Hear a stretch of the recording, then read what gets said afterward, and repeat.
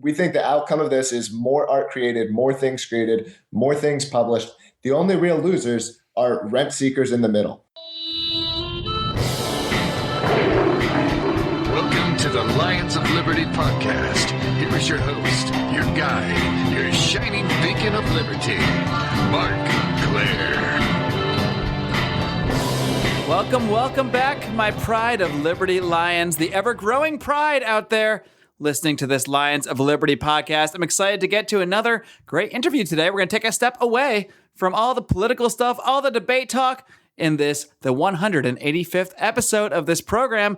That means you can find today's show notes over at lionsofliberty.com/185. Today's show is sponsored by Health Excellence Select, an incredible free market, affordable, legal alternative to your standard Obamacare corporatized insurance. To learn more, head over to lionsofliberty.com/health.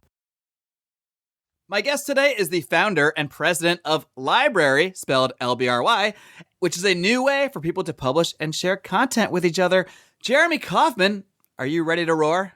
Roar! I'm ready, Mark. All right. That's what we like. I like when I get an actual roar. You know, I felt like that's what everyone wanted to happen. Exactly. Now, Jeremy, before we get into your latest project here, LBRY, I want to learn a little bit more about yourself and how you first became involved in the liberty movement. So why don't you just tell us, how did you first take interest in the ideas of individual liberty? Well, there's two questions there. It's interest in liberty and being involved in the movement. In terms of first getting interested in the ideas of liberty, the answer there is probably a bit cliche in terms of the answer is Ayn Rand. There were probably a couple of introductions before that from the internet, and that was all the way back in high school. So that was around the ages of 17 or 18, and going online and finding answers that were different than the answers that I was being taught in school.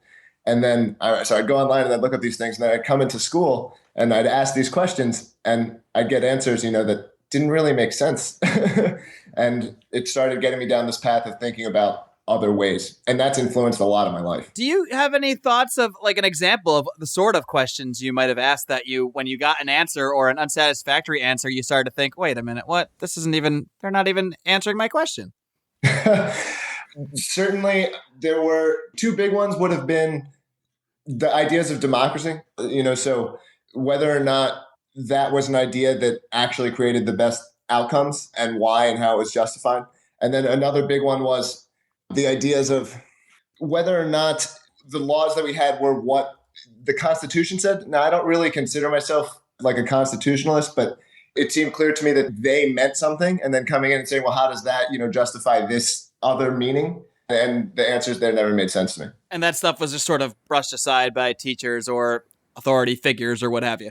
Yeah, no. Another big one was, actually, I was pretty all over the place in terms of what I read. And this was a more from the left, but Howard Zinn's People's History of the United States, and getting a completely different look at the government doing all of these really aggressive things against people, right? Like using the arms of the police to break up, peaceful actions and things like this. That was very different than what I was being told in school. It's really interesting you bring up that name, Howard Zinn, because now, obviously, many of my guests, I've done 180 plus episodes of this program at this point. Many of my guests have mentioned Ayn Rand. It's a pretty common name. Ayn Rand, Ron Paul, probably the top two that I hear as early influences. But I haven't heard Howard Zinn before, but he was actually an early influence on myself as well. Because back before I really became a quote unquote liberty guy, I was just sort of generally interested in alternative type writing about history, politics, and that sort of thing. And Howard Zinn and Noam Chomsky were two guys that first got me thinking, not necessarily philosophically, but they got me thinking, wait a minute, maybe some of the things I've been told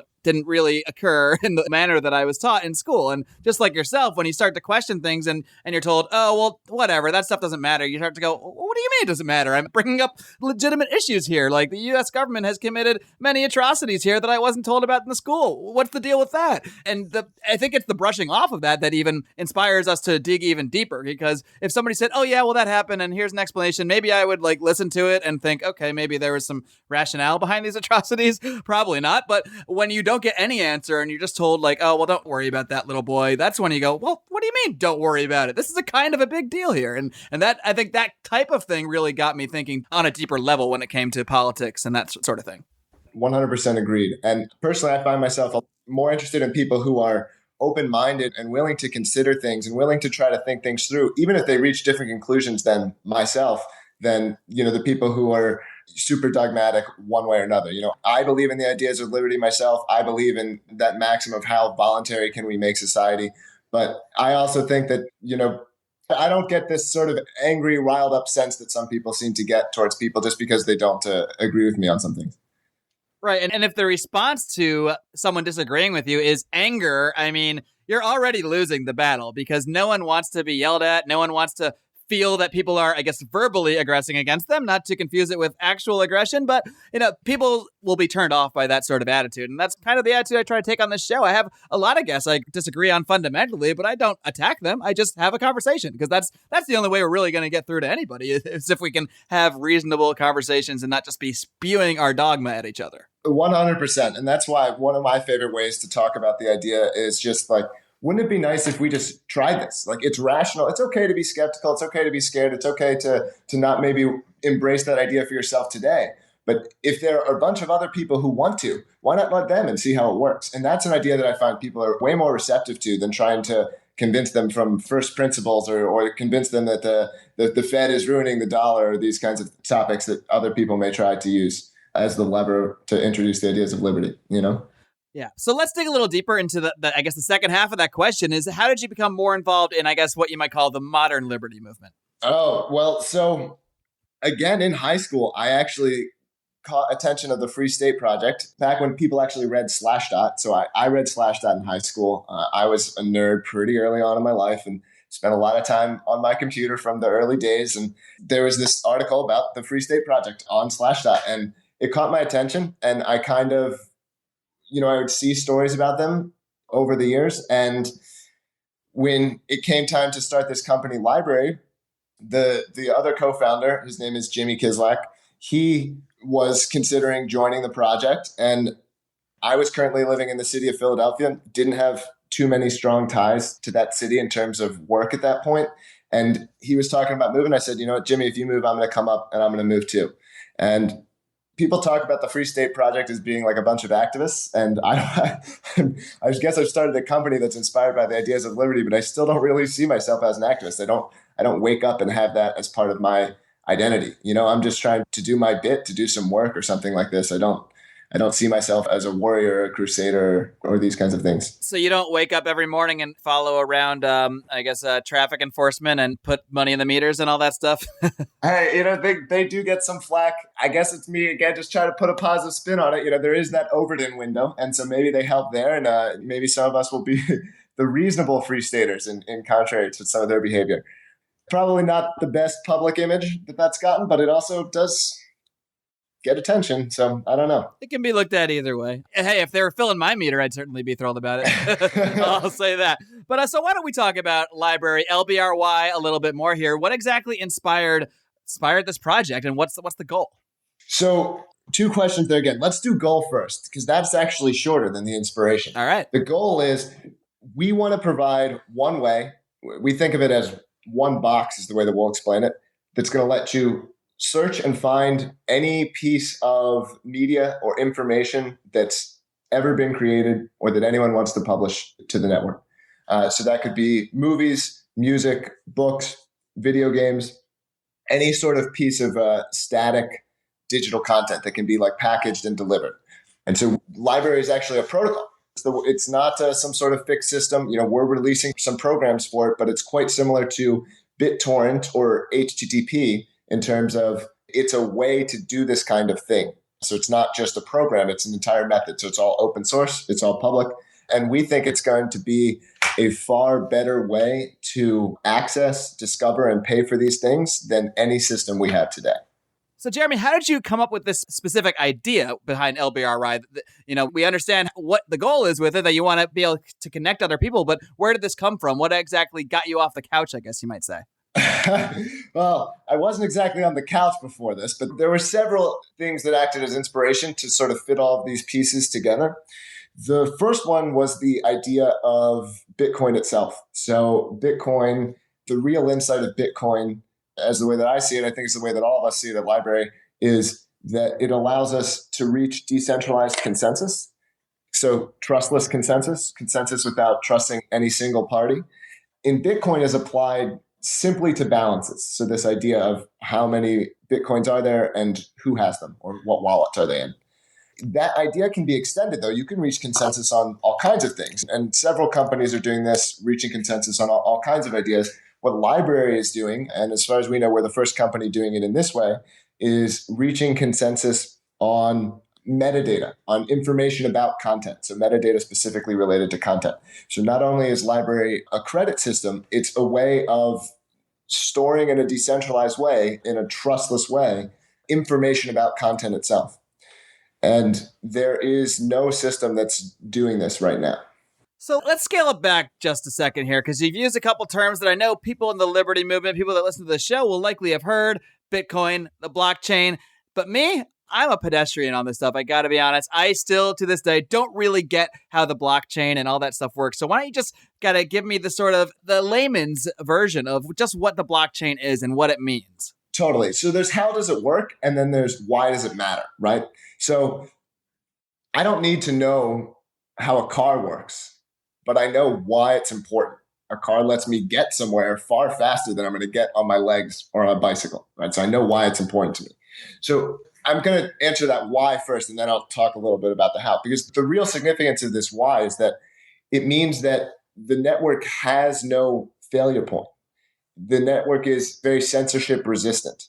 I would hesitate to say censorship proof because, there are ways that you could censor LBRY, right? You could shut down the internet.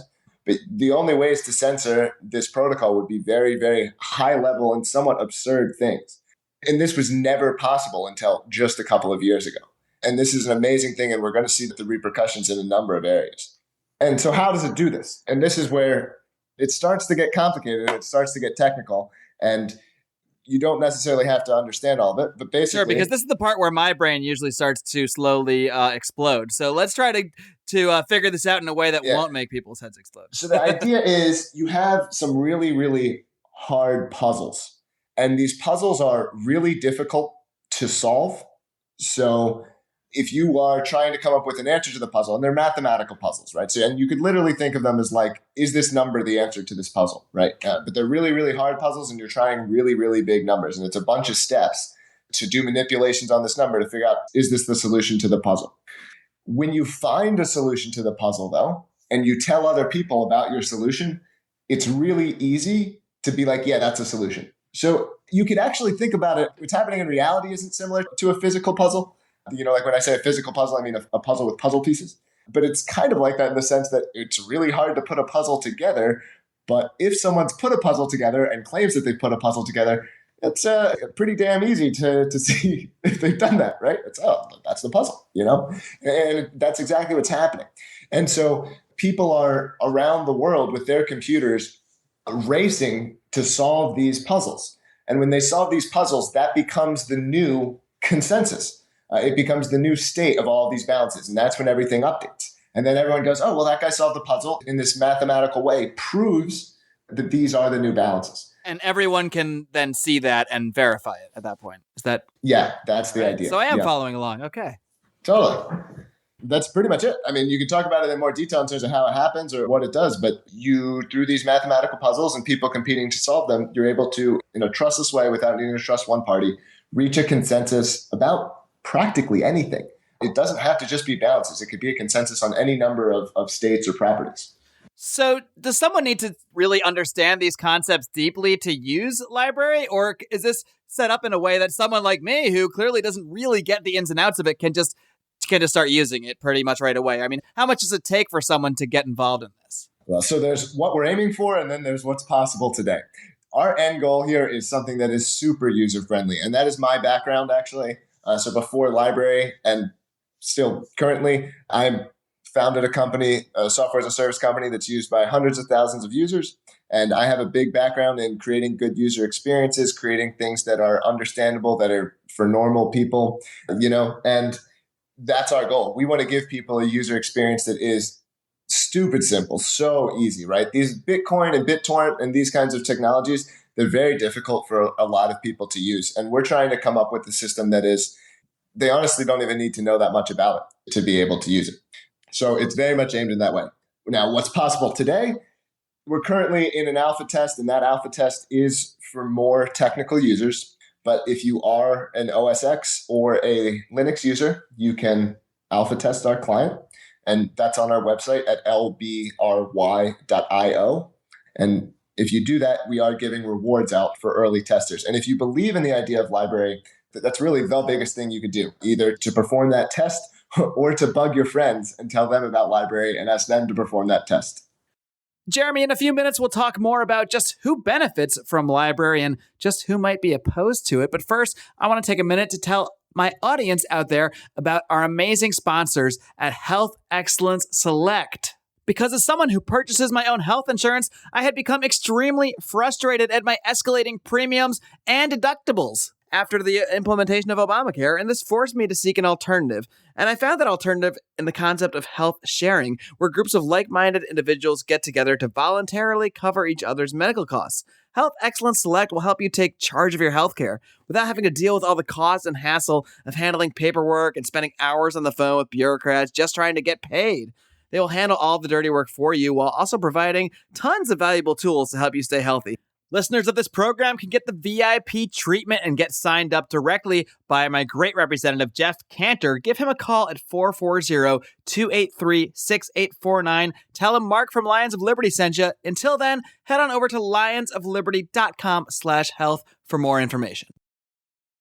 So who's really going to benefit from this program? I mean, do you think that this is something that'll help artists and content creators distribute their work, more easily or to a wider swath of people without having to rely on some major corporation to pick up and distribute their content? So we think there are a ton of winners and a couple of losers. So the winners are the end consumers who will be able to get content more cheaply, have more content, have better access to it. We think the winners are the content creators themselves, the publishers, the artists. We think they will get more of the money for the work that they create than they did previously. We also think an aspect of this is, the winners are basically humanity as a whole, everyone. We think the outcome of this is more art created, more things published. The only real losers are rent seekers in the middle, people who use certain methods to extract more money out of both artists and consumers and don't frankly deserve it, in our opinion. They're not contributing that much. They're getting in the way. So let's hone in on the target a little more here. Who exactly are these rent seekers that you're referring to? Large media companies who, in order to release your content, tend to want to own your content. Companies who don't value, connections between artists and their fans. Companies that are trying to get as much money out of things as possible, right? Examples, just absurd stories like Warner Brothers, who for years was charging people, $100,000 or something like this to sing Happy Birthday. Or companies that, there's a story out recently that we were talking about on our blog of Anne Frank's diary was about to enter the public domain. And this is something that's of interest to all of humanity. And they're trying to, some corporation is buying the rights and trying to assert that they have the copyright to it and prevent it from being shared by people for another 30 years. And it's just ridiculous. Is there any doubt? I mean, I want to probably enter some bad territory to be invoking the memory of Anne Frank, but I can't speak for her, but I think she would have wanted as many people to read that story as possible. She doesn't care about some company extracting as many dollars out of that story as they possibly can. How does that help anybody? Sure. In the case of Anne Frank, it's not like she sold the rights to her book or anything or signed some contract, to make sure it was restricted for an X number of years. Just a certain company has those rights for whatever reason, and they get to control things, I guess, up to a certain point. Yeah, and so a lot of what library is saying is a lot of what library is designed to do is let people and the communities follow their moral norms. So if the community really doesn't want some content on the network, they can actually get it off of there. Some of the other systems promise you, yes, you can, we're going to give you this very reliable address. Library is actually this full bidding system where if the community really doesn't want content on there, they can push it off, they can blacklist content, these kinds of things.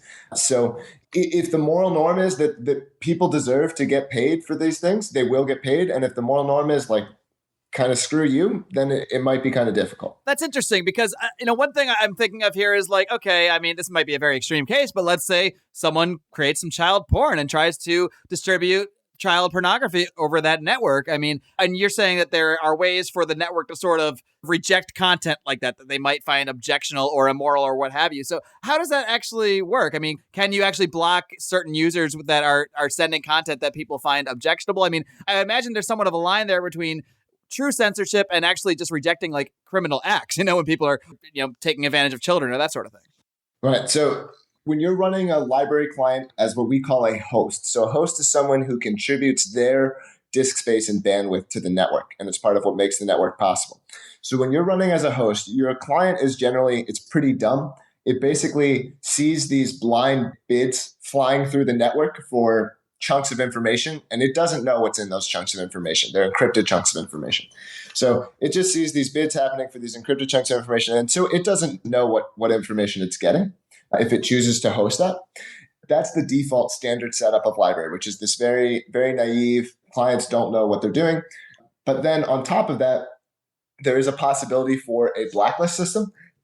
So a hash is a unique signature for anything, for a file, right? So it's basically a much shorter thing. So rather than, a whole movie is some 2 gigabyte file, you could have a hash for that movie that is, maybe 50 characters or 100 characters. And it's a unique signature. Only that 2 gigabyte file would be able to generate that hash.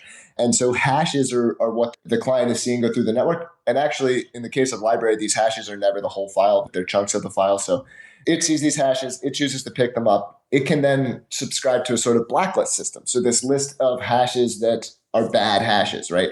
I don't want to host these hashes. So the idea there would be that any party could generate this kind of list, right? So if the community feels that this type of content is really bad, this could be content that's published, by the people who aren't the rights holders. It could be child pornography. It could be whatever. Then the clients will have the ability to subscribe to those lists.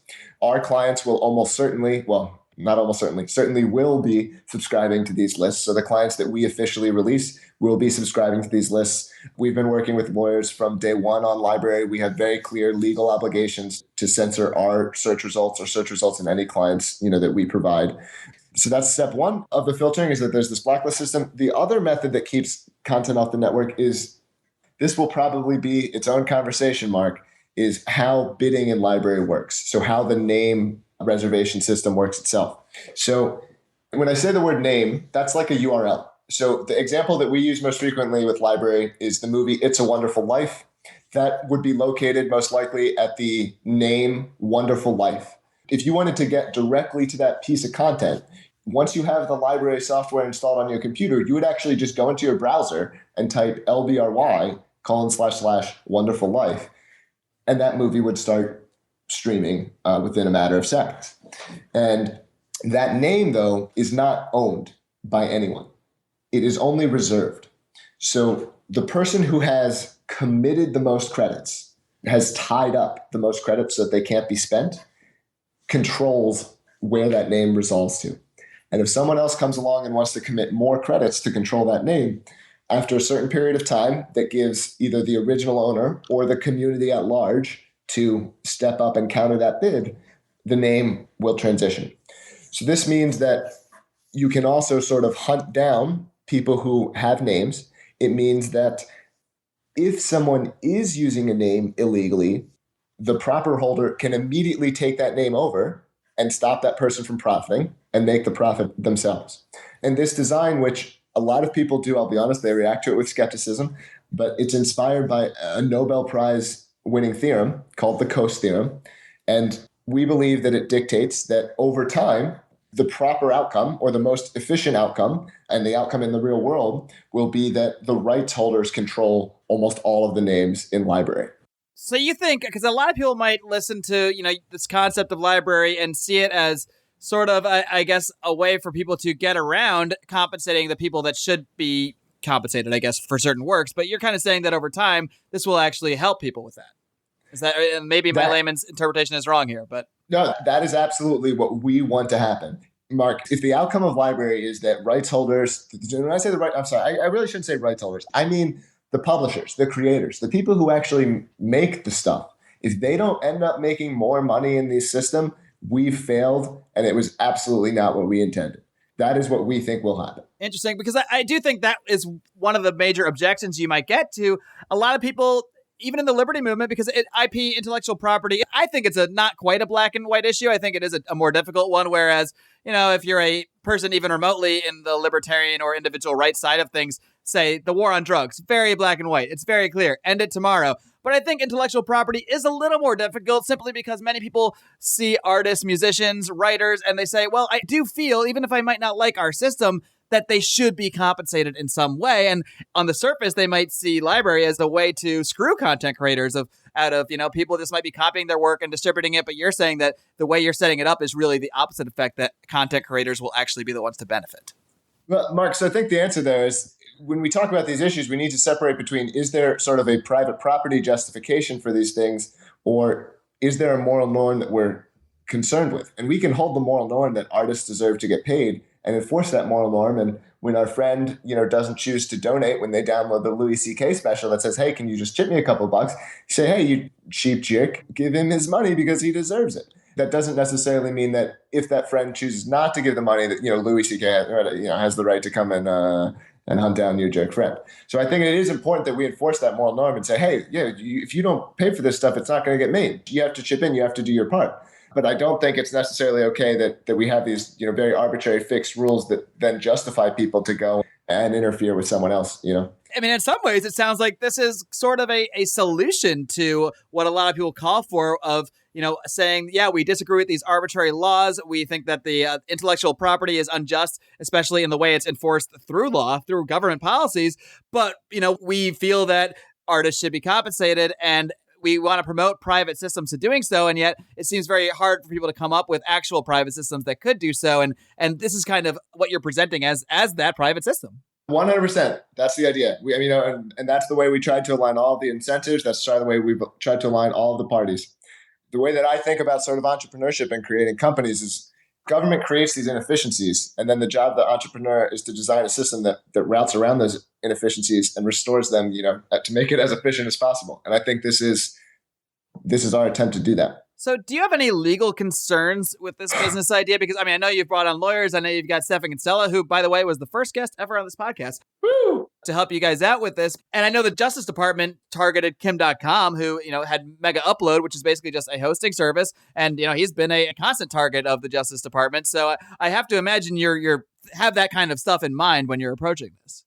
100%. That's why we've been working with a lawyer from day one. We're taking some proactive steps in terms of doing what we can to protect ourselves. But the answer is it's a given, right? Like, library is such a new idea. It's such a new technology. The answer in so many of our conversations, and we've had a number of conversations and consultations about this, is that you can't know. You can't know. And so if it's not that clear, it's a given that you're going to get sued. So, we think what precedents there are on our side in terms of there not being issues with library. Like, now there are some people that could very clearly be liable if they use library in certain ways. So if you are paying for content that you don't have the rights to access from the person who's publishing it, both the person receiving those funds and the person paying those funds are very clearly breaking the law. But illegal things happen with guns that are made by gun manufacturers, and illegal things happen over HTTP, which is made by protocol manufacturers. So this wouldn't really shield people necessarily who might be violating the law, but you're just setting up a system where people can communicate, yes, and share these files. Yeah, we do think it offers better privacy protections than BitTorrent. So it is designed to sort of gracefully extend BitTorrent and build a better BitTorrent. But yeah, we're not promising. If you want to use library to do illegal things, we're not recommending that, you come here and do that. All right. Well, Jeremy, it certainly is an interesting take, because I got to be honest, when I first heard about this, the first thing I'm thinking is, this is just a way for people to sort of exchange files illegally and sort of get around the current system. And it is in many ways a way to get around the current system. But the more I speak to you, the more it really sounds like what so many people ask for it. When we have this intellectual property debate within libertarian circles, they say, man, if only we could come up with private systems of sort of enforcing this better instead of all these arbitrary laws, which really don't seem like they're based on property rights or based on true justice of any kind. So I really do think it is an interesting alternative you guys are presenting here. Well, thank you very much. That's quite the compliment, Mark. And if for any of your listeners who feel the same way, even if you're not at the level where you can download and test our software, if you want to follow along, we're with this as we do this. We're telling stories all the time, posting updates, this kind of thing. You can give us a like, a follow on Twitter. We're also on Reddit, and you can find all of this off of our website at lbry.io. Jeremy Kaufman, thanks so much for joining me today, and keep on roaring, man. Roar! Thanks, Mike. Okie dokie, gang. I hope you enjoyed my little conversation there with Mr. Jeremy Kaufman of LBRY. And, I got to admit it, at first I kind of thought this LBRY thing was going to be just another method by which people would try to subvert the possibly legitimate, depending on your view of IP, copyright claims to many works out there.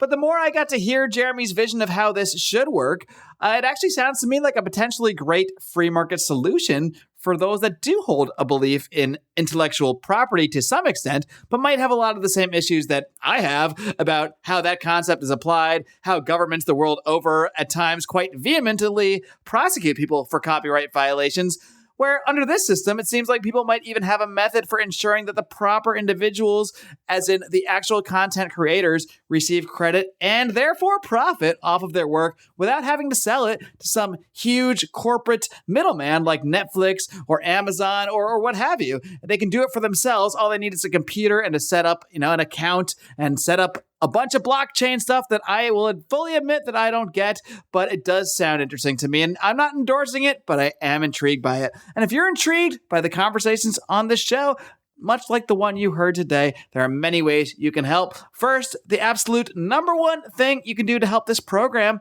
is to go subscribe on iTunes. Even if you don't listen there, that is the number one podcasting platform, the number one place people are going to find this show. And the more subscribers we have, the better chance people are going to see it based on the way iTunes does these things. Another thing you can do to help out while you're over there is to leave us a 5-star rating. Of course, if you feel this program is worthy of that, and a great review. Hopefully a great review. I can't tell you what to write about this, but if you've made it this far, if you've made it to the close of the show, I gotta think you're at least somewhat enjoying what's going on here. So please leave us a great review while you're there as well. And just remember, guys, you are the marketing team. You are the marketing budget. If you enjoy this program, share it on your social media, share it with your friends and your family. You can find us on our social media on Facebook at facebook.com/Lions of Liberty, over on the Twitter at Lions of Liberty. And if you want to join the conversation with us a little more closely, a little more personally, you can come to our private Facebook group. That's called the Lions of Liberty Forum. If you just type that in your little search bar on Facebook, you should find it. Also, of course, link to it in the show notes for this program. Just come on over, request to join, and as long as you look like a real person and not some sort of spam bot, I will let you right on in to join the conversation with us. Guys, next week is a very special week because we are featuring the return of a man who's been somewhat on the shelf for the last few weeks, physically, not mentally. His mind is as sharp as ever, but he's going to be back for what is maybe somewhat sadly a moratorium on the campaign of one Rand Paul. That's right, I'll be welcoming in Brian McWilliams for the final edition of Rand Pauluses and Minuses. We will take a look back on the good and the bad of the Rand Paul campaign. Of course, in between now and then, you've got another edition of Felony Friday this coming Friday with John Odermatt. Until then, folks, live long and live free.